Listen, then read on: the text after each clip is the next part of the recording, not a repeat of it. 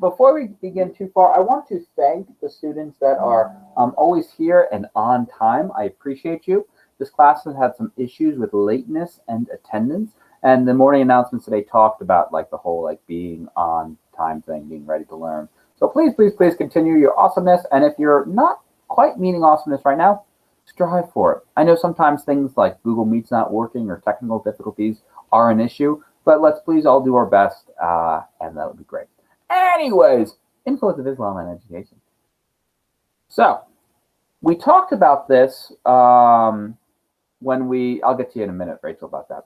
We talked about this when we were in the Middle East, about how important education was for Islam.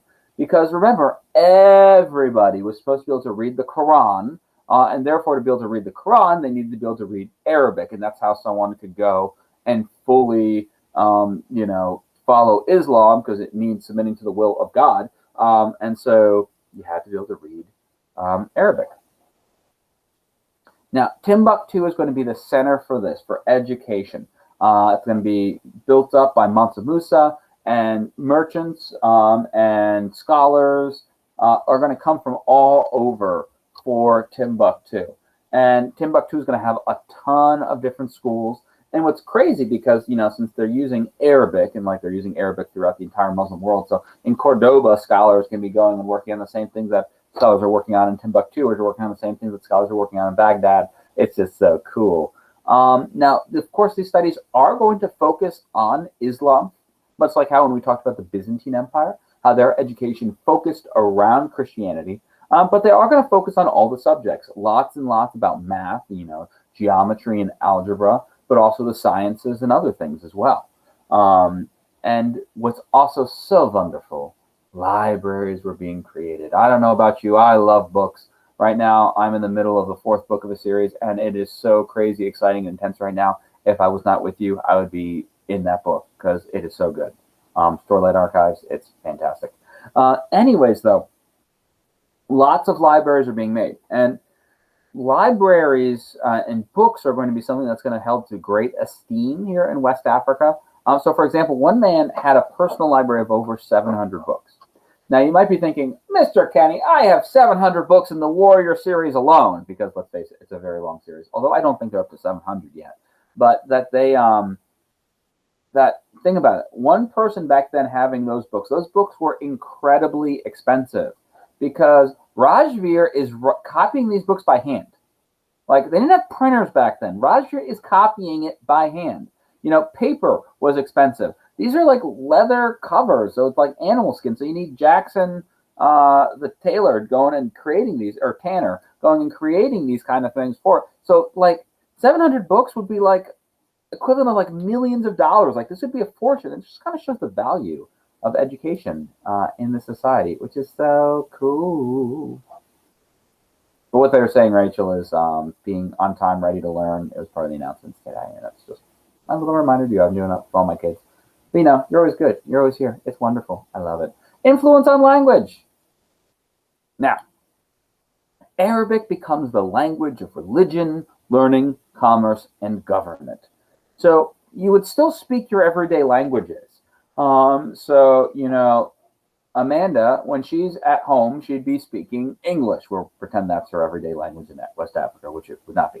But she's going and speaking English, and she's having a great time talking in English to her mommy. But then when she goes to school, she uses Arabic. When she goes to the store, she uses Arabic. It's what the language of those things are.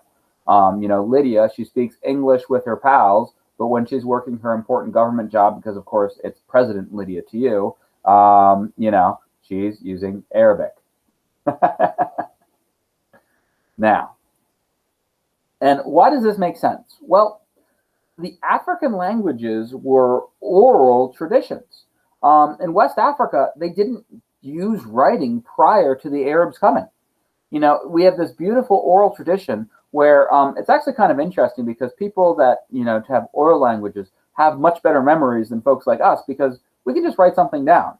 Like I'm going and thinking about this, like I'm building a guitar, and I wrote things down so I can remember how I'm doing it. And like, I can just go do that. Whereas if I didn't have writing, I'd have to remember it all. So we see like something lost with this, but it made sense for them to use Arabic for writing because they didn't have writing prior. Now, this, of course, reviewing what we just said, so you could write it or you can skip it if you know the idea, because we're beating a dead horse right here.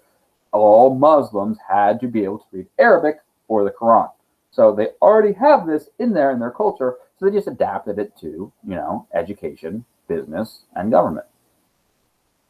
Now, what's really great about this, though, is it creates a global society. Because remember, they're using Arabic in Cordoba, Spain, because there are Muslims there, brilliant at universities. In Timbuktu, they're using Arabic, which is in West Africa. In Cairo, Egypt, they're using Arabic, which is in, Northeast Africa. They're using Arabic in Baghdad, which is in Mesopotamia. They're using Arabic in Indonesia, Jakarta, all these places far, far away. And so it allows these people to interact. It allows for trade, making things so much easier. It's just like how today so many places learn English because that's right now the language of trade. In the future, it seems to be pointing towards Chinese. So many people now in school are learning Chinese. A couple hundred years ago, it was Italian. Any one of you who plays an instrument or does chorus or something, and you've seen pianissimo or fortissimo, that's Italian. And it's on there because at one point, Italian was the language of the world. Not that everyone spoke Italian, but if you wanted to do business, you did. So now influence in architecture. Now, honestly, you can omit almost all of this except for the last bullet. But we see changes in the architecture. So shrines that would have been devoted to nature are converted to mosques to be devoted to Allah. But they're going to definitely be different than, the mosques that we would see in the Middle East. These buildings' typical construction materials would be mud and wood, whereas often you saw wood and stone used in the Middle East. Now, when Mansa Musa goes on his Hajj, he's actually going to bring a Spanish architect back with him, which is going to create many mosques, many homes in Mali. And this is the part that I want you to get with the influence. We have things like scaffolding coming into being, like this is scaffolding, so you're able to work on high places. Rectangular houses with flat roofs. So right now, if you think about the houses there, they all kind of, have a similar look. Drain pipes. I remember, when I was younger, some of you guys probably played Call of Duty and you see houses like that. They're all rectangles and they have flat roofs. Yeah, that's something that's brought over and changed now for West Africa. So that's how architecture is going to change with it. We are moving along. We have one more to go for. And that's going to be the influence on art. Now, what's pretty cool is we already had similarities in African and Islamic art before the introduction of Islam. For example, geometric patterns were very popular in West Africa, and they were popular in Islam. Now, one of the things that we'll see is, with traditional Islamic art, it was prohibited to draw people. We don't see such prohibitions, in African art. You'll see plenty of people.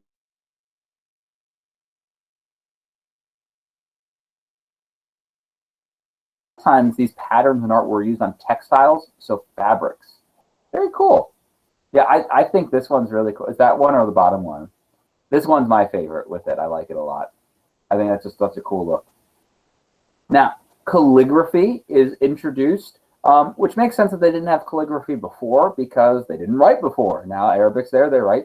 And just like in traditional Islam, the calligraphy typically is from the Quran. You can omit this bullet right here because it doesn't matter, but they put calligraphy on just about everything.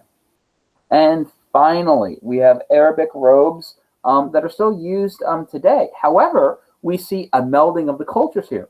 Because when we looked in the Middle East and we saw those robes, if you remember, we had like a picture of a Bedouin tribesman when we did the geography of the Arabian Peninsula, and like it was gray and dusty and just blah. Well, the robes that we wind up having in West Africa, they take the Arab design, but then they're beautifully colored and they're made with awesome textiles, sometimes using kente cloth, and they're just awesome and vibrant and beautiful. And so that's pretty cool.